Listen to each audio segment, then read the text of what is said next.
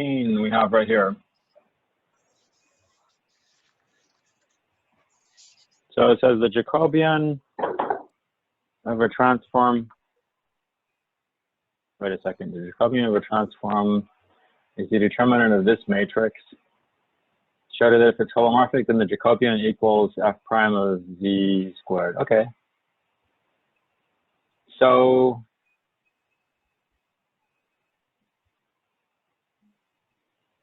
the Jacobian is going to be the determinant of this matrix.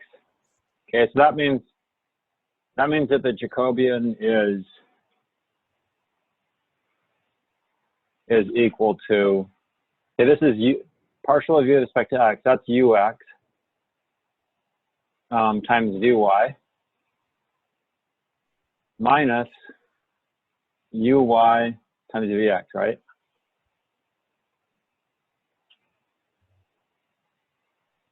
So that's right there. Okay, so I'm not going to do the problem completely for you, but that's what the Jacobian is right there, right? And so I would suggest you can do it by just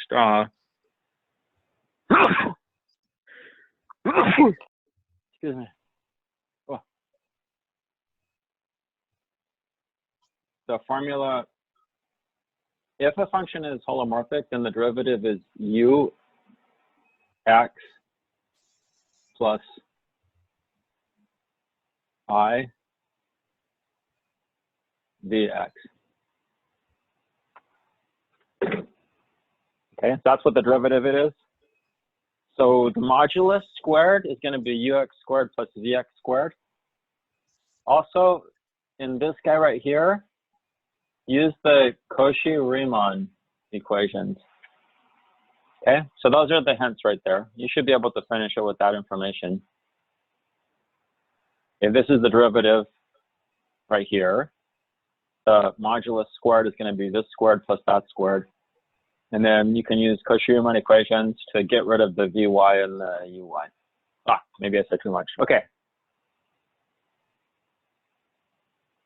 Okay, thank you. Sure. Is there any other questions?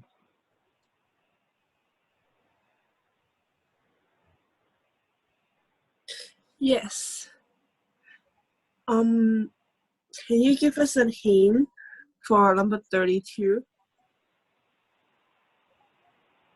Okay, so number 32, prove that the zeros of sine zero are all real valued. Okay, so for number 32, you want to, for number 32, you want to use this right here. So sine z is the sine x times the cos y. But cos y is e to the y plus e to the negative y over 2 plus I times cosine x. And then the sinh y is e to the y minus e to the negative y over 2. Okay, and you're talking zeros, right? So what happens if you set this expression equal to 0? So you're going to need both this to be 0 and this to be 0. Okay? You're going to need both of these simultaneously to be 0. And here's another hint. This is never 0. Okay? So that means that's never 0. That means you have to have this 0. That means this has to be 0. This is only 0. Only 0 when y is 0. Okay? So yes. So to be a 0, both this and this have to be 0. Okay? Okay. Yeah. And the only way this one's going to be 0 is if sine x is 0. And you can find where sine x is 0. And the only way this one's going to be 0 is if y is 0. The only way this whole thing's going to be 0 is if either this is 0 or that is 0. Okay, but okay, that's okay. So we'll leave it at that. Is there any other question that you got stuck on? With number 21C, is that a simple rotation or yeah, is that a rotation only? Maps the x-axis to y equals x, the y-axis to, and the unit circle. Yeah, I think so. Okay. Because like if you're looking at C right here, then it's saying that the x-axis has to go to, this x-axis has to go to here, right? And the y-axis has to go to here. So yeah, if you rotate it by, if you rotate it clockwise, counterclockwise by pi over 4, then that's going to do it. And it's going to keep the unit circle to itself. And the unit circle is just going to rotate and stay on itself. Yeah, that will do it. Okay. Yeah, so you can use the geometry to come up with stuff. You know, if you can come up with a mapping that does it, then that's fine. And this one's going to be pretty, this is going to be pretty simple. This is going to be a linear mapping, not even using the denominator. Okay, so was that it for questions?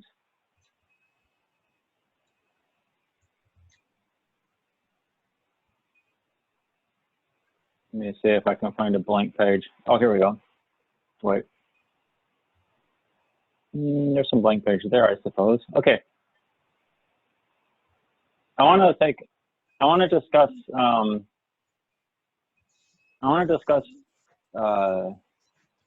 where is it?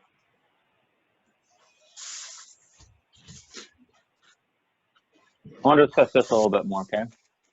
The principal value of the logarithm. Okay, so the principal value of the logarithm is the log of the modulus of z plus I times the argument, principal value of the argument, okay? So if this is capital and this is the principal value because this right here is capital, and this angle right here is going to be between negative pi and pi. That's how this is formed, okay? Okay, so first of all, I want to discuss where is this continuous?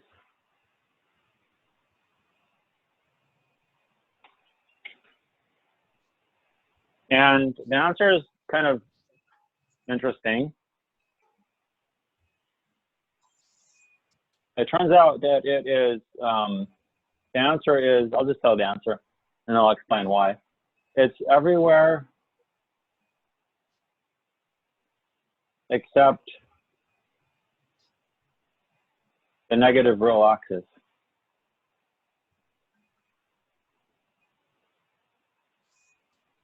Okay, it's everywhere, it's continuous everywhere except the negative real axis. Okay, so this is the negative real axis right here. It's going back to the left. Okay, so it's not continuous there. And now, why is it not continuous? Well, what happens is, first of all, at 0, when you plug, when z is 0, it's not going to be even defined. Okay, it's not defined. It's defined everywhere except where z is 0. And when z is 0, it's the log of 0, and that's just can't get out of that. Okay. Okay, so it's not defined at 0. Okay, so you get the modulus. So at 0, the modulus is 0, and you're taking log of 0. So forget it. Not defined there. Okay, now over here, it's defined back here. It's defined along here. Okay, it's defined by this one, by this one right here. But what happens is, as you're going this way, you're going towards the. Let's say this is the point, I don't know, -3, for example, just like some negative number. It could be -3. So as you're coming down here, then you're going to the log of 3, because that now the absolute value is 3 is just 3, plus I pi, right? Because your angle is going from pi over 2, so on, so on, pi. It's going to go to pi. But as you're coming this way, going to the same point from below, though, what are you going to? What's the imaginary part converging to as you're coming this way?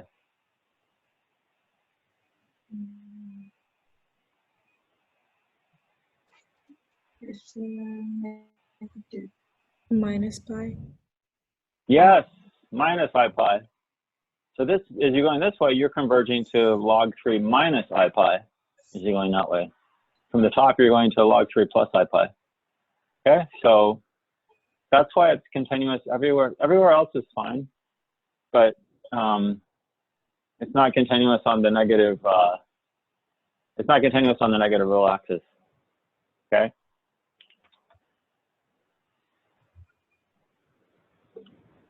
And this is also called a branch cut. I don't know if the book refers to it. I don't think I remember seeing the book referring to that way, but you know, but the negative real axis is the branch cut. So you could get around that and make it continuous somewhere else, and make it so that it's like so that you could come up with a logarithm function that is continuous on the negative real axis. Okay, and the way that you would do that is, instead of defining this part to be between negative pi and pi, you could say, okay, we'll just make it so that it's between I don't know, 3 pi over 2 and negative pi over 2. Okay, and if you do, so instead of making this definition, which is, you know, that sounds kind of arbitrary, right? Just saying, oh, we're just going to make it that way. No, but that's the common way to do it. That's the principal way to do it. It seems like the most logical way to do it. But you could say, okay, we're going to do it like this, where it's the argument that's between negative pi over 2 and 3 pi over 2. And then it would have a branch cut going down this way. So it would be discontinuous down the negative imaginary axis. So it would be continuous over here, but discontinuous going down this way. If we just redefine it that way. Okay, so that would be kind of arbitrary, but you know, that's another option. Okay, the other thing that I want to talk about is, okay, where is log z holomorphic, or where is it differentiable?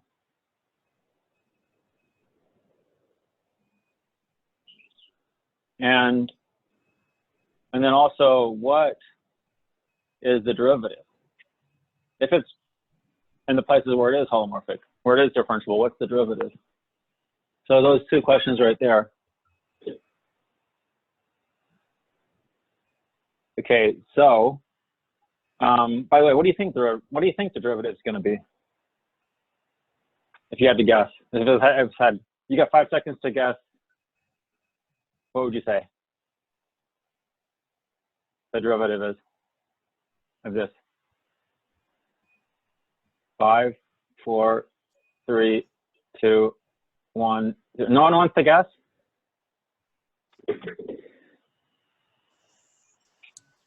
Okay, well, think about that, and if you come up with like if you think, oh, I have a good guess, then just let me know anytime. Just say, Brother Harris, maybe I can guess what it is, what the derivative would be. Okay, so first of all, the modulus of z is the square root of, so if z is x plus iy, then the modulus is going to be the square root of x squared plus y squared, right? Now, the argument's a little bit trickier, but think about it this way. If that's x and that's y, what's this angle right here? Pi over 4. Well, that's like that pi over 4, but like but say y could, or x could be in other places. So what would the angle be?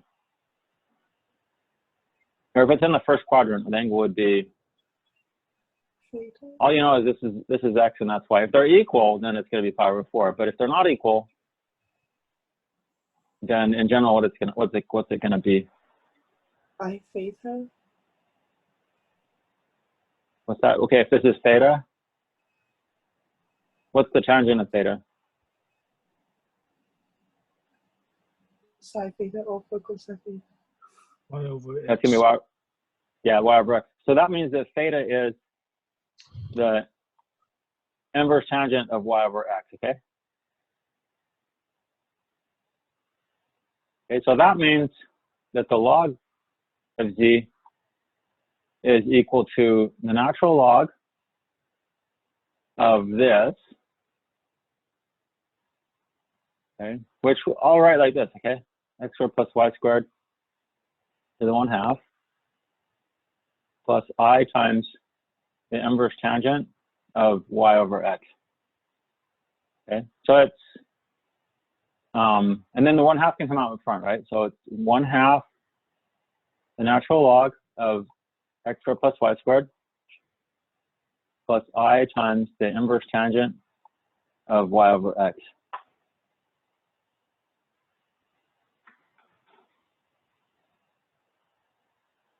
Okay, good. So if we're asking where is it holomorphic, what do you do? Where is it differentiable? What's that? You have it in this form. What's the strategy for determining where it's differentiable?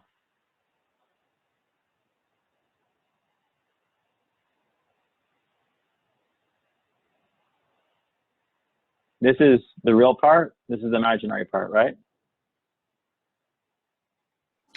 So ux can be by Yes. So let's calculate ux. So the partial of this with respect to x, that's going to be 1 over, so it's the logarithm, so it's 1 over x squared plus y squared times the derivative of,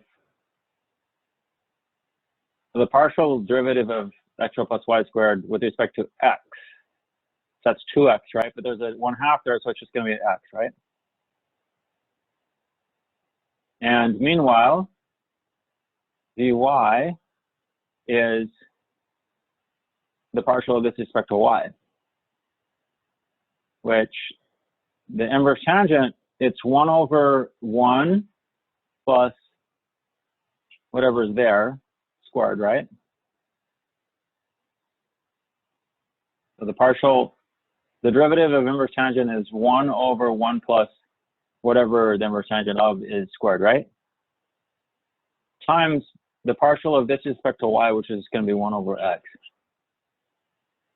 And then what happens if we take both the numerator and the denominator and multiply them by x squared?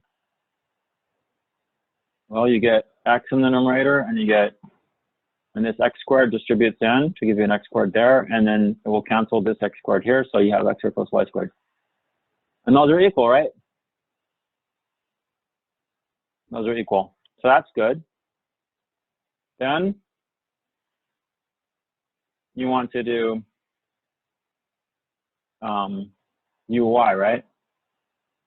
So the partial with respect to y, that's just going to be y over x squared plus y squared, right? And then vx, that's the partial of this with respect to x. So again, it's 1 over 1 plus y over x squared.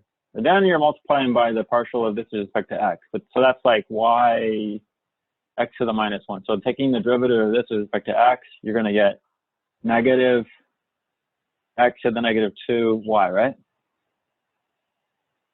And then if you multiply the numerator and the denominator by x squared, then that and that's going to cancel.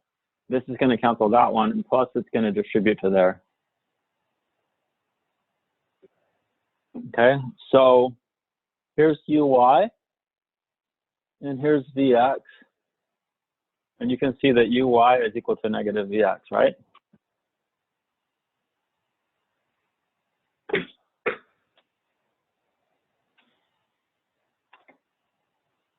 So,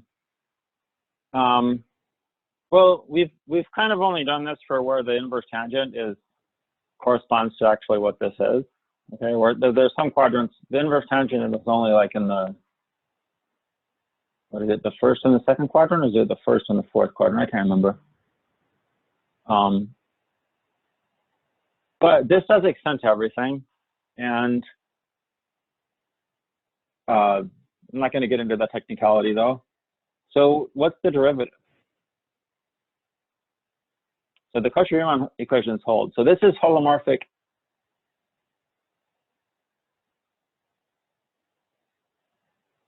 So the answer to this first question, where is it holomorphic, is also this.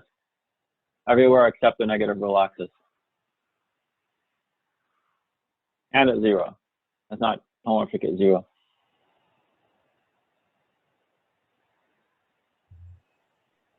Okay, so what's the derivative according to what we have here?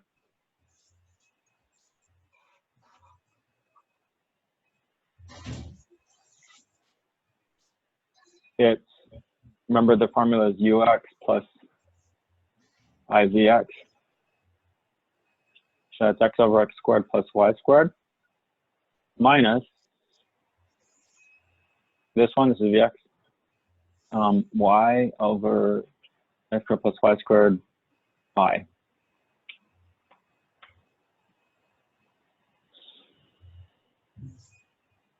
Okay, so anybody recognize this?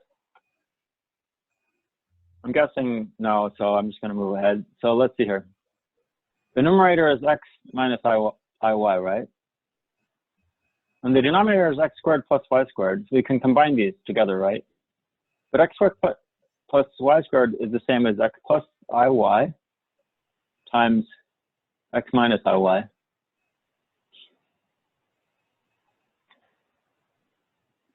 And guess what? These cancel. And you just get 1 over x plus iy. And what's x plus iy? Z. Yeah, it's just z. It's just z. So this is 1 over z. Okay, so the derivative is 1 over z. I'm surprised nobody guessed that. It's the logarithm, right? So the log is the derivative. The derivative of the log is just 1 over whatever you're taking the log of, right? Yeah. And it holds here too. But I don't know. Maybe that's good that you didn't expect that would be the case, and you were thinking, okay, we have to do Cauchy-Riemann equations. Maybe that's good that maybe you're thinking that way. Okay, but in the end, that's what it was, 1 over z. Sorry. Okay. Oh, no problem. Okay, so now the next thing that I want to discuss is let's see here. Oh, let's actually calculate some things, and then I'll come back a little bit. So let's do this. Find the principal value of the logarithm of 1 minus root 3 I.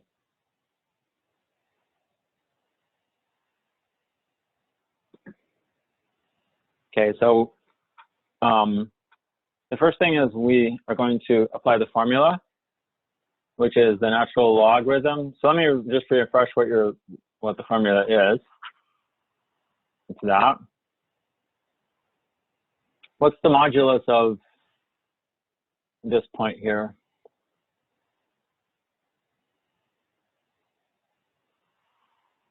When you do this, it helps to draw a graph.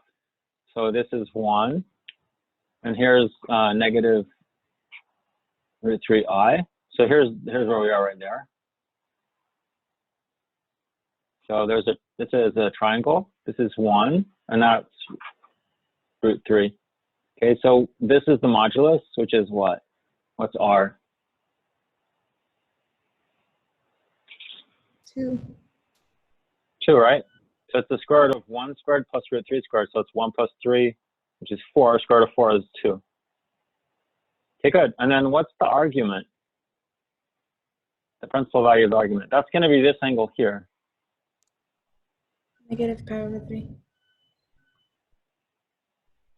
Yes. Okay, so that's all. That's what it is. Log 2 plus or minus pi over 3. That's what this is going to be.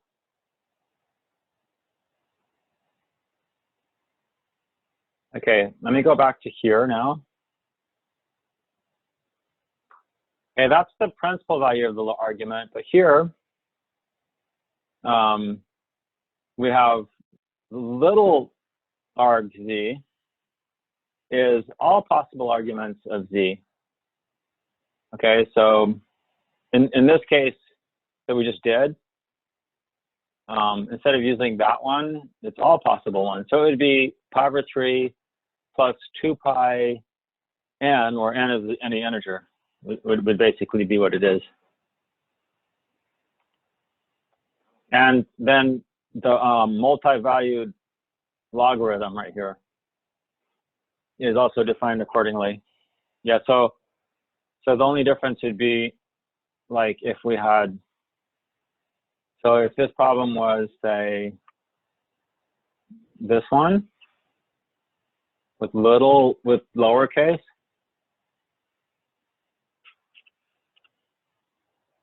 then it would be negative pi over 3 plus 2 pi k, where k is any integer. Okay, so that would be, that's sort of a multi-valued function. So instead of just giving back one value, it's giving back infinitely many values, but they're in a set, and each value is of this form here. Okay, so that would be the multi-valued logarithm. So neither arg nor log is a function, yet the exponential of log z is 0.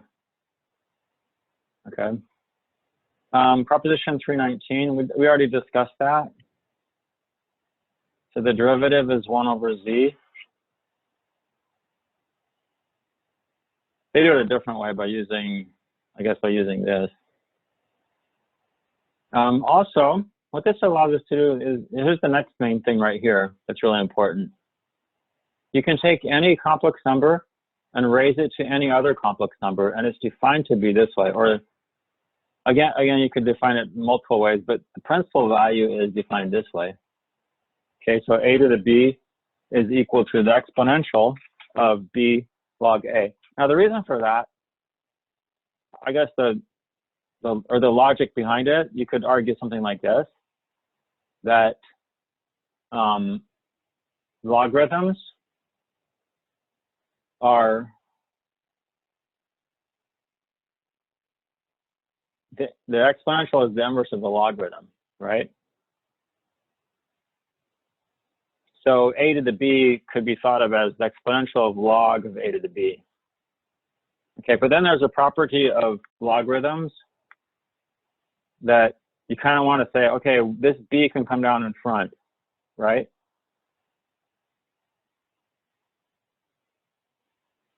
So get that, which is what we have there, okay? So that's, I'm just showing you the sort of some logic behind that. Not like a really rigorous proof or anything, just saying some reasoning behind, and some logical, and some just like intuitive, some intuitive instruction on why this is the case. Okay, so what that allows us to do is, find some more values of other functions. So like, for example, 2 to the I. Now, if you're finding like a real number raised to a real number, then there's a way about going. Then the way that you think about that is you're looking at raising this to a power, and some combination of powers and square roots or something until you get closer and closer and closer to it, and that's what it is. But this is an entirely different way of looking at it. Okay, so according to the formula, and then the principal value is going to be the exponential of I times the principal value of 2. Okay, so remember, exponential logarithm of 2 to the I, and the I The exponent goes out in front like that.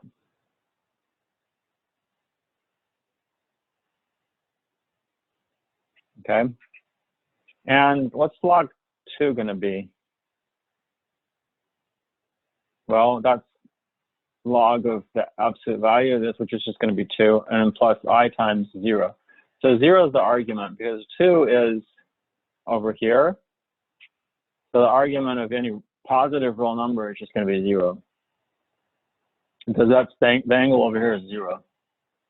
That's going to be 0. So we have, what do we have? We have e to the I log 2. That's what the answer is. But then we could also write that as cosine of log 2 plus I sine of log 2. Okay, and that would be 2 to the I.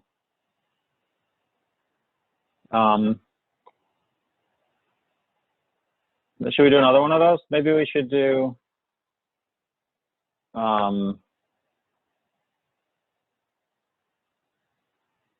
I think you guys can figure that out from there. Something else I want to do, it kind of comes up in the homework, is something like this. And I'm not sure that this is quite related to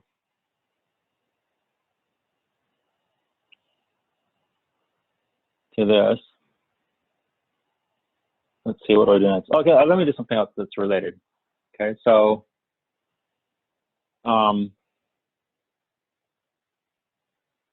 where is z plus 1 to the I holomorphic?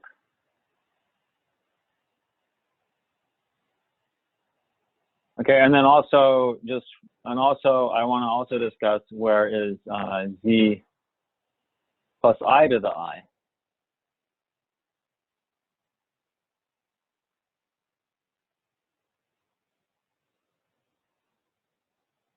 Okay, so first of all, let's look at this one. So according to the definition, z plus 1 to the I is equal to the exponential of I times the principal value of the logarithm of z plus 1.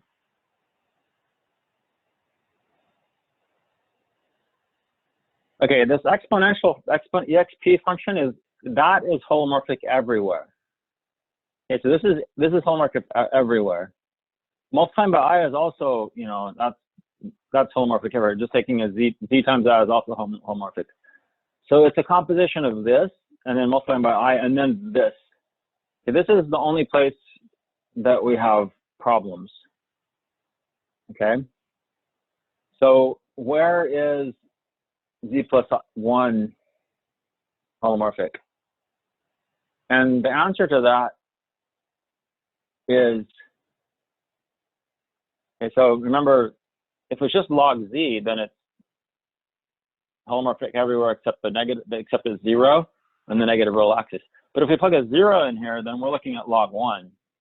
And so the problem comes when we plug in -1 and then go back that way.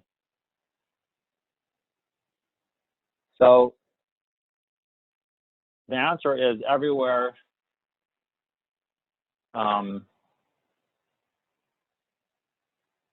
except the set of points x0, where x is less than or equal to -1. Okay, because these values here give us negative values or 0 in right here, make z plus 1 negative or 0. These values here do that. Okay, does that make sense to you guys? Oh, let me ask you this. Okay, let's go over to here, to this one right here. So z plus I to the I is the exponential function of I log of z plus I. Okay, so here's the question. Where is this going to be 0?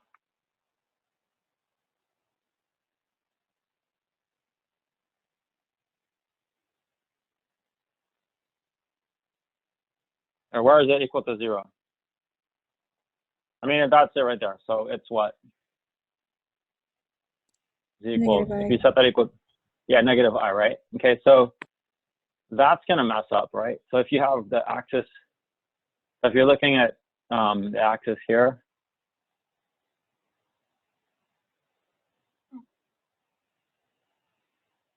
then negative I, it's not going to be even defined at negative I, right?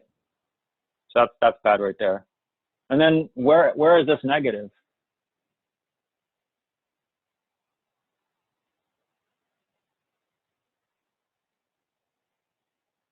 You know, in order to be negative, you have to be real also. So you have it's only real numbers that can be negative, right? But then there's also positive real numbers. But this is where the real number is 0. Give me one value where it's negative. One value of z where it's negative. Where z plus I is negative, I'm sorry.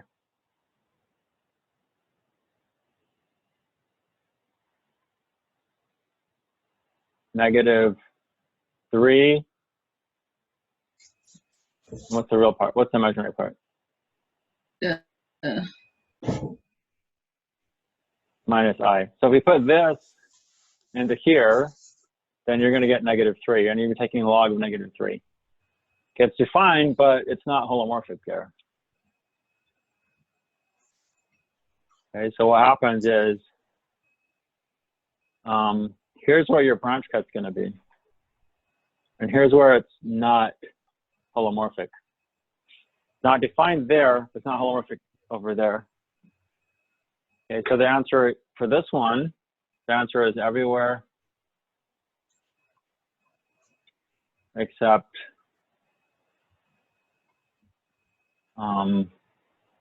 the set of x plus, I'm sorry, x minus I, where x is less than or equal to 0. Okay, and that's going to be all this. So it's everywhere except these points here. And then maybe this is a little bit confusing. Maybe I should have written x plus 0i. Okay, maybe like that. This is just the alternate way of writing complex numbers, which we haven't been using lately. Okay, good. So there's that. There's a few more problems that I want to go over. How about, I think I've written almost everywhere. Okay, so here's another page. This is something that comes up in the homework. Find 1 plus I over root 2 to the 10th power. Or I could have said 11th power or 15th power or whatever, or 100th power. Can you guys think of a short way to do that other than multiplying 1 plus I times itself for a whole bunch of times? And looking for a pattern? Some other way.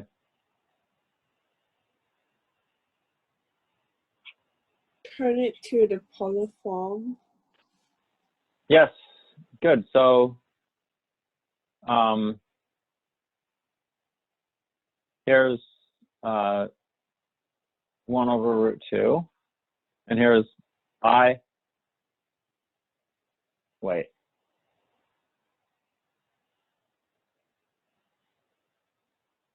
Okay, so this point here is 1 over root 2 plus I over root 2.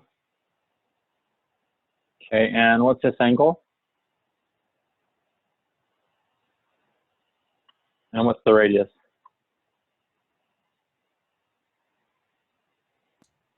Pi over 4. Well, yeah, the radius is 1 and the angle is pi over 4, right? Wait, what am I doing?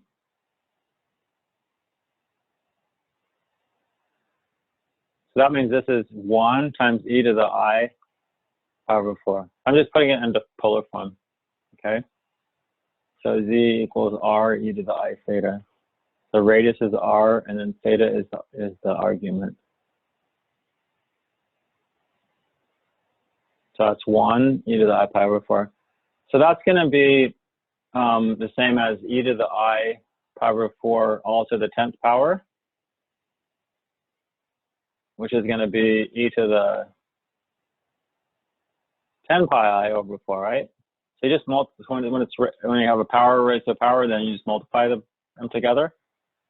And that's going to be e to the 5. Wait, no. Oh, yeah. 5 pi I over 2. Well, where's 5 pi over 2?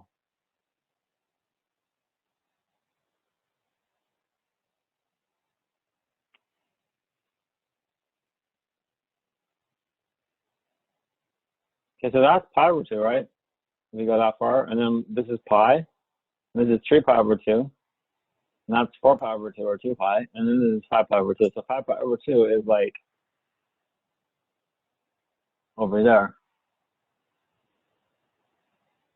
Okay, so this is going to be, if the radius is 1 and we're straight up here, then what is it?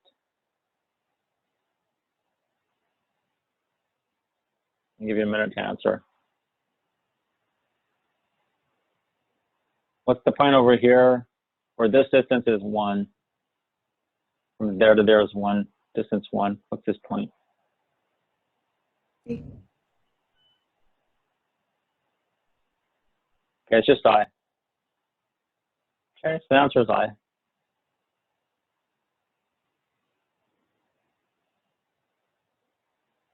Okay, let's do another one. Okay, let's do this. Let's solve e to the z equals 1 plus I. So the idea is to find all values of z where e to the z is 1 plus I. Okay. So this is the same as saying e to the x plus iy equals, and if we can put this into polar form also. This would be, the angle is pi over 4, but the radius is √2. So that's √2 e to the pi over 4, right?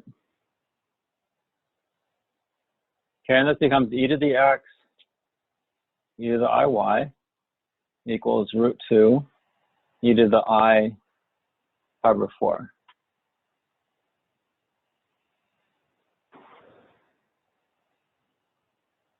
Okay, so the way that you're going to do this one is you're going to equate the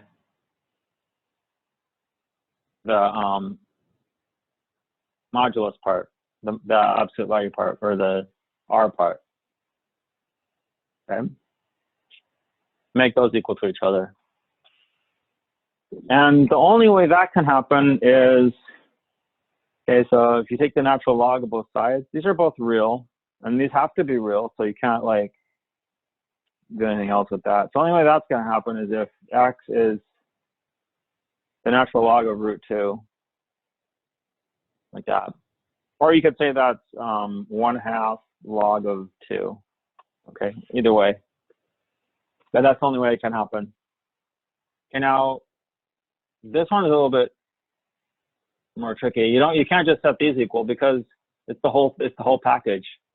So so it just has to be an equivalent angle. So that means that y could be pi over 4 plus any multiple of 2 pi. Like that. Okay, so the answer is 1/2 log 2 plus I times pi over 4 plus 2 pi k, where k is any integer. So all solutions are going to look like this.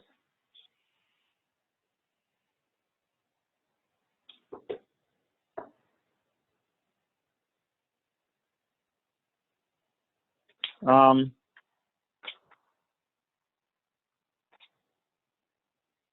great. So that was all that I wanted to cover from chapter 3.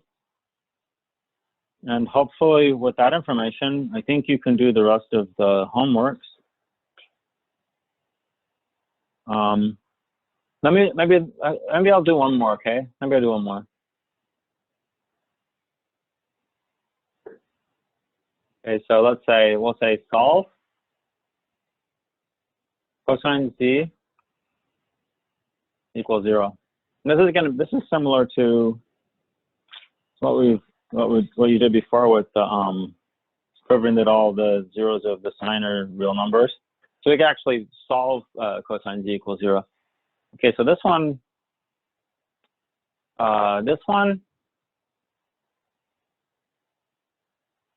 if you use the formula that came up in the homework, okay, so that's this one right here.